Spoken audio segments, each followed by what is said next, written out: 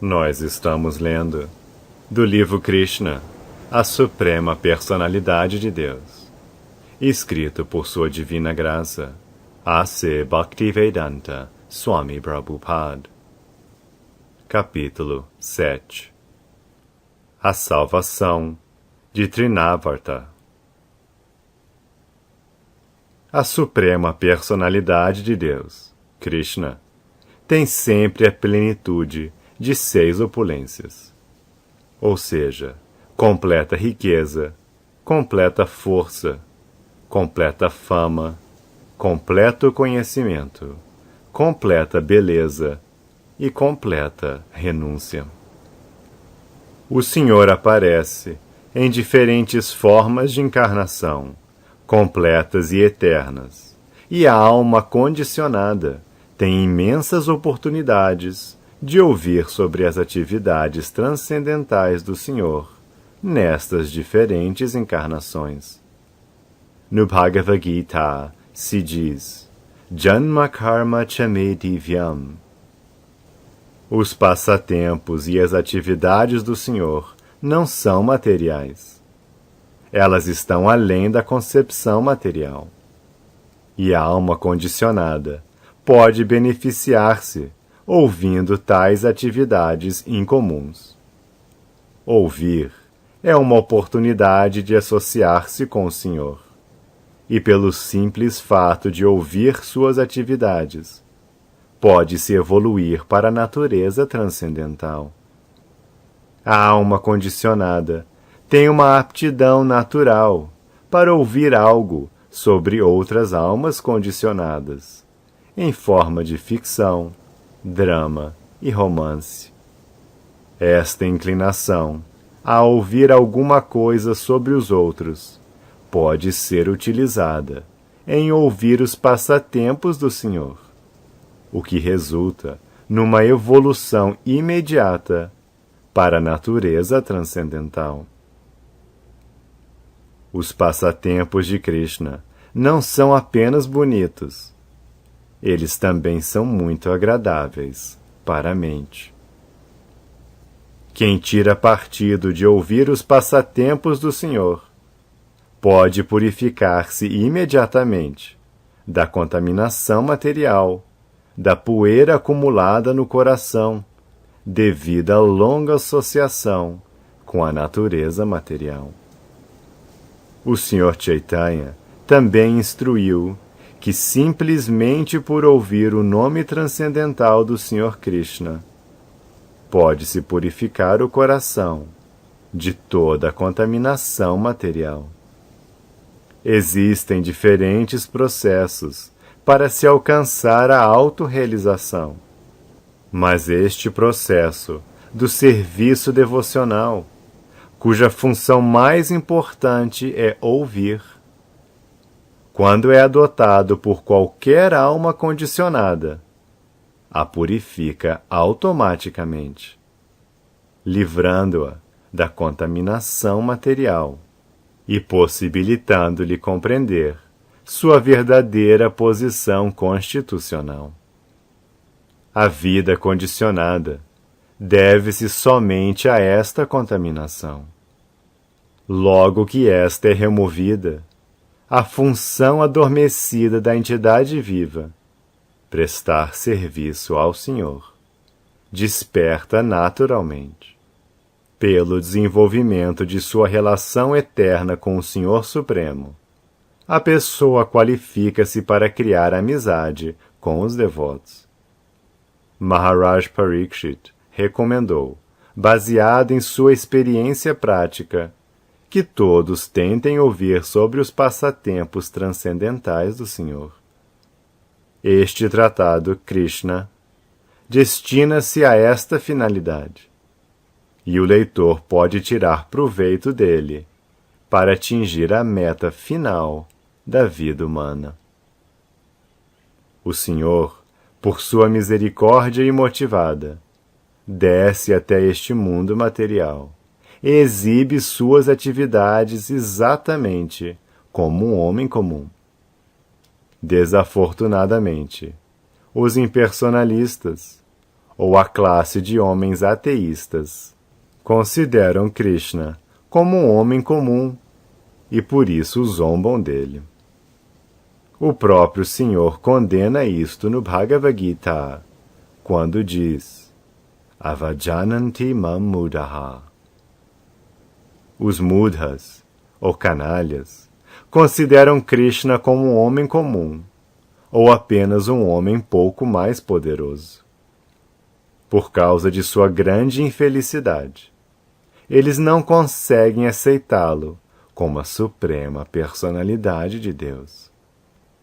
Às vezes, estes infelizes apresentam-se falsamente como encarnações de Krishna, sem se referirem às escrituras autorizadas. Quando Krishna cresceu um pouco mais, ele começou a virar-se de bruços, mas não ficava apenas deitado de costas.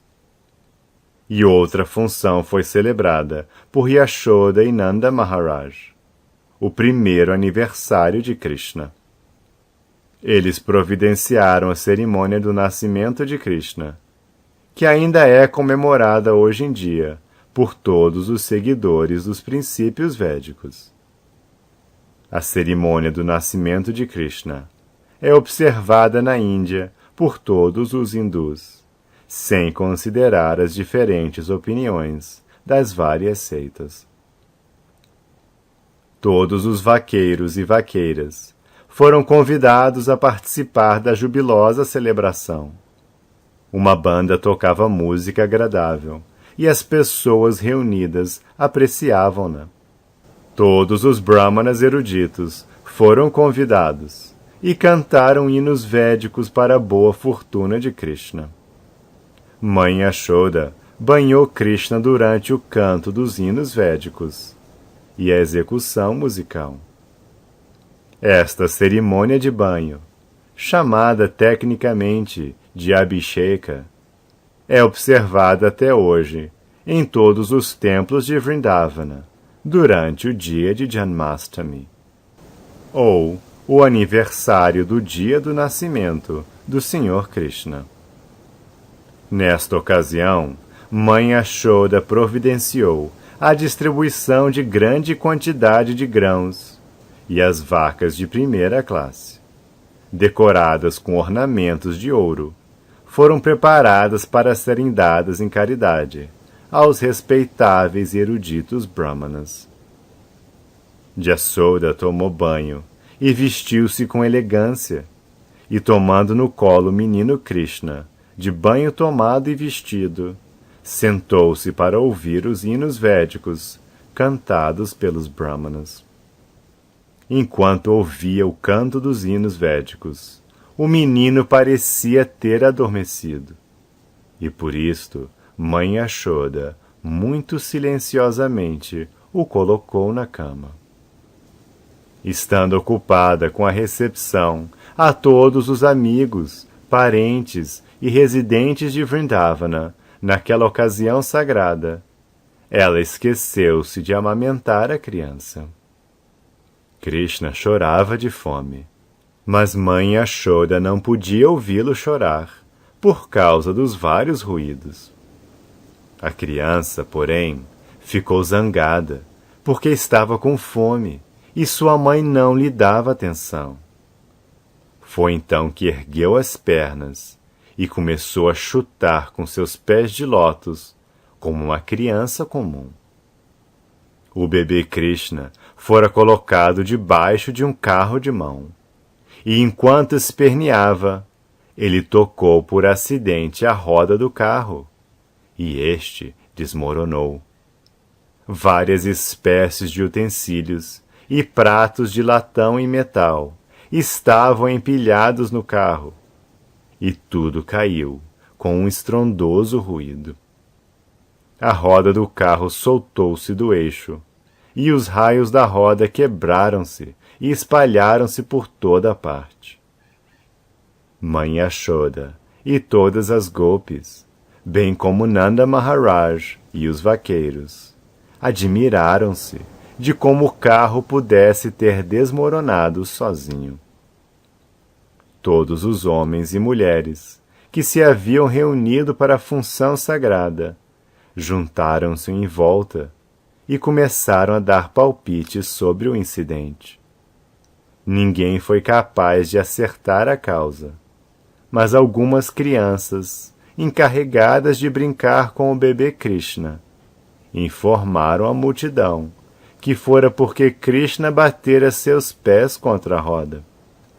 Garantiram à multidão que haviam visto com seus próprios olhos como isto acontecera, e afirmaram aquilo com eloquência. Alguns acreditaram no que diziam as crianças pequenas, mas outros diziam: como podemos acreditar nas afirmações destas crianças? Os vaqueiros e vaqueiras não podiam entender que a onipotente personalidade de Deus deitara-se ali como um bebê e que ele podia fazer tudo. Tanto o possível como o impossível estavam em seu poder. Enquanto prosseguia a discussão, o bebê Krishna chorou. Sem reclamar, Mãe Yashoda pegou a criança no colo e chamou os brahmanas eruditos para cantarem hinos védicos e anularem as influências dos maus espíritos. Ao mesmo tempo, amamentou a criança. Se a criança mama bem, pode-se entender que ela está fora de perigo. Depois disso, todos os vaqueiros mais fortes consertaram o carro quebrado, e todas as coisas esparramadas foram colocadas como antes. Depois, os brahmanas começaram a oferecer oblações ao fogo do sacrifício, com iogurte, manteiga, grama kuxa e água. Eles adoraram a suprema personalidade de Deus, para a boa fortuna da criança. Os brahmanas que estavam presentes naquela ocasião eram todos qualificados, porque não eram invejosos, nunca haviam se entregado à mentira, não eram orgulhosos ou violentos, e nunca haviam exigido falso prestígio. Eram todos brahmanas autênticos, e não há razão para achar que suas bênçãos fossem inúteis. Com sólida fé nos brahmanas qualificados, Nanda Maharaj colocou seu filho no colo e banhou com água misturada com várias ervas, enquanto os brahmanas cantavam hinos do Rig, Yajur e Sama Vedas.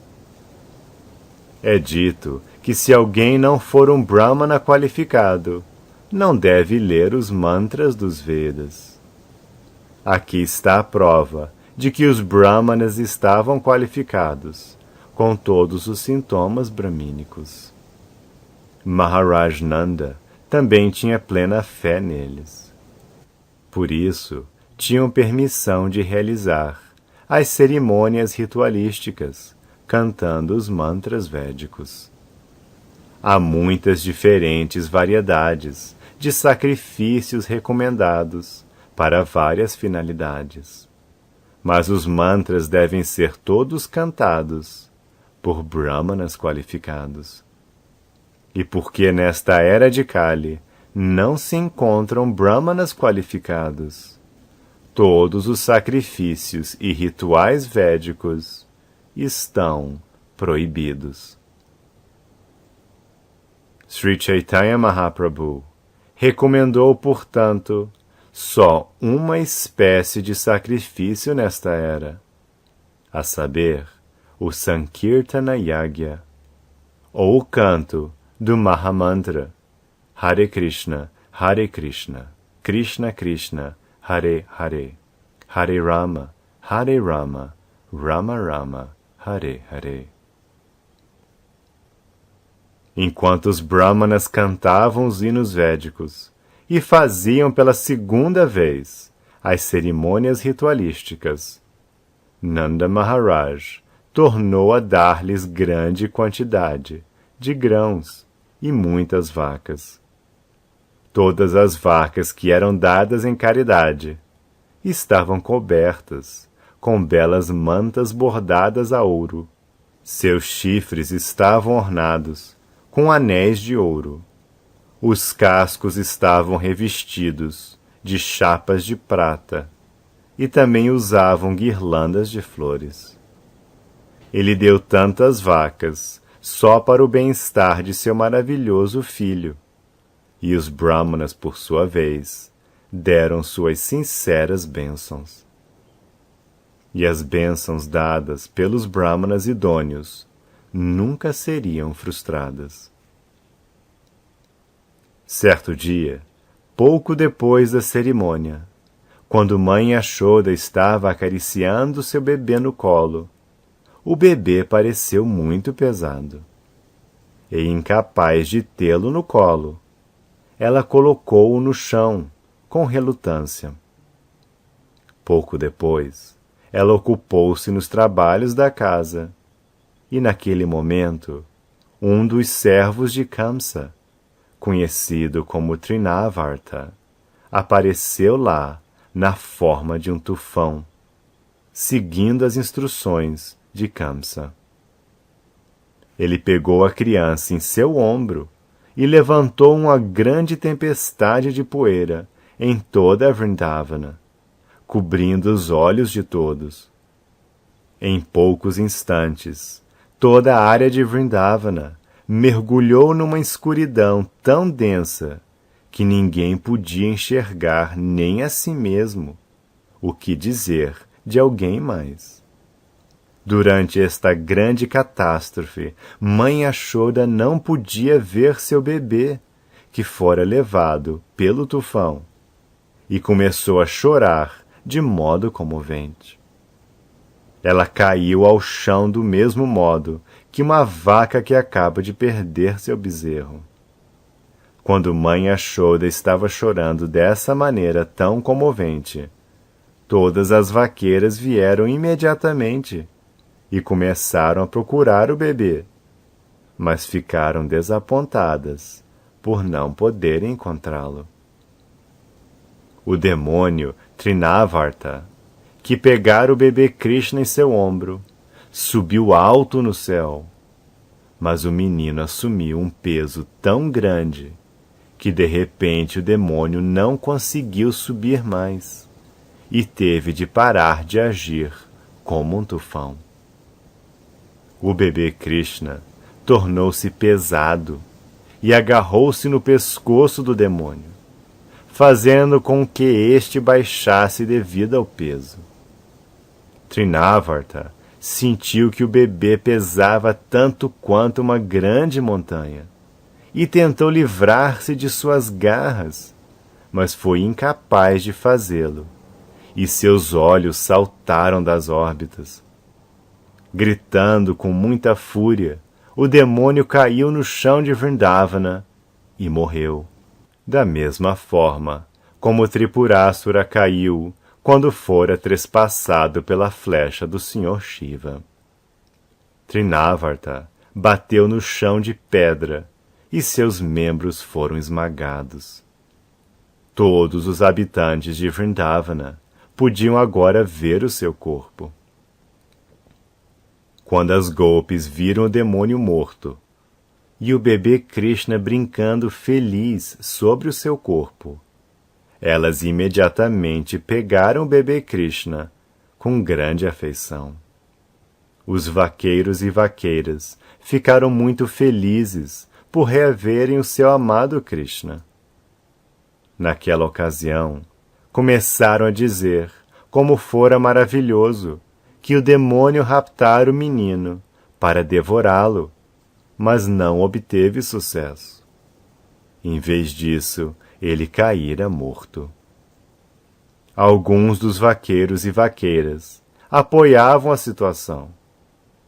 Isto é apropriado, porque os pecadores morrem por causa de suas reações pecaminosas, e o menino Krishna é piedoso.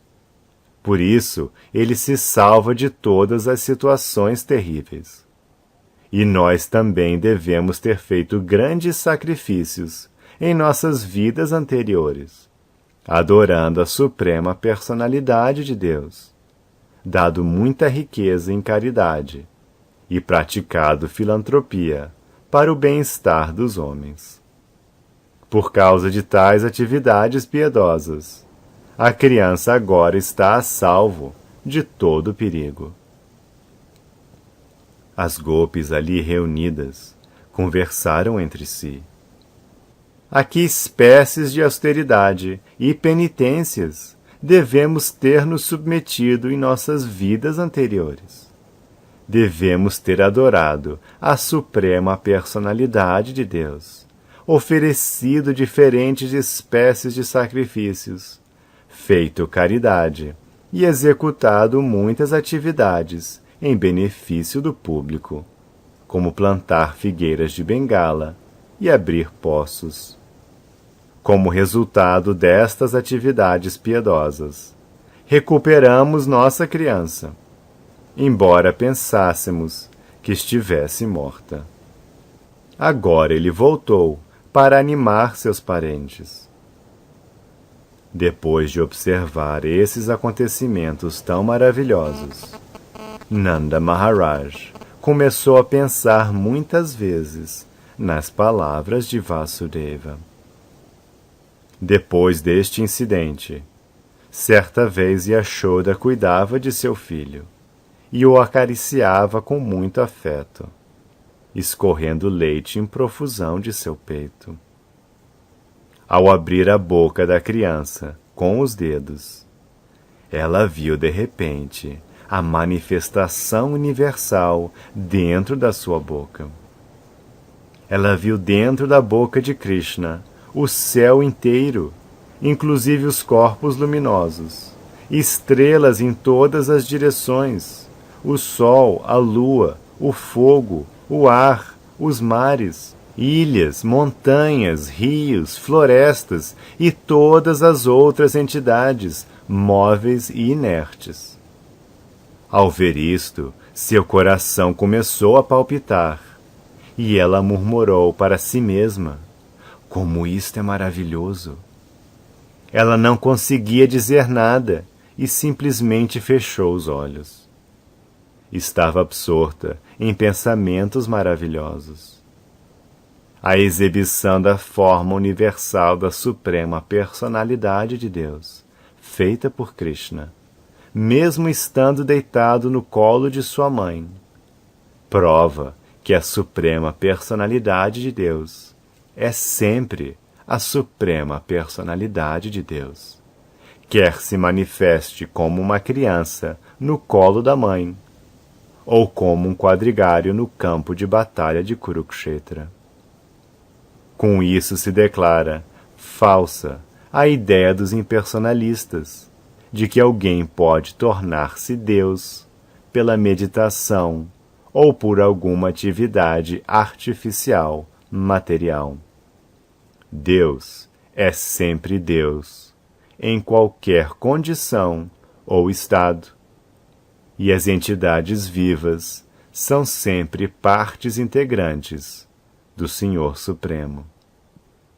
Elas jamais podem igualar-se ao inconcebível poder sobrenatural da suprema personalidade de Deus. Neste ponto, encerram-se os significados Bhaktivedanta do capítulo 7 de Krishna, intitulado A Salvação de Trinavarta.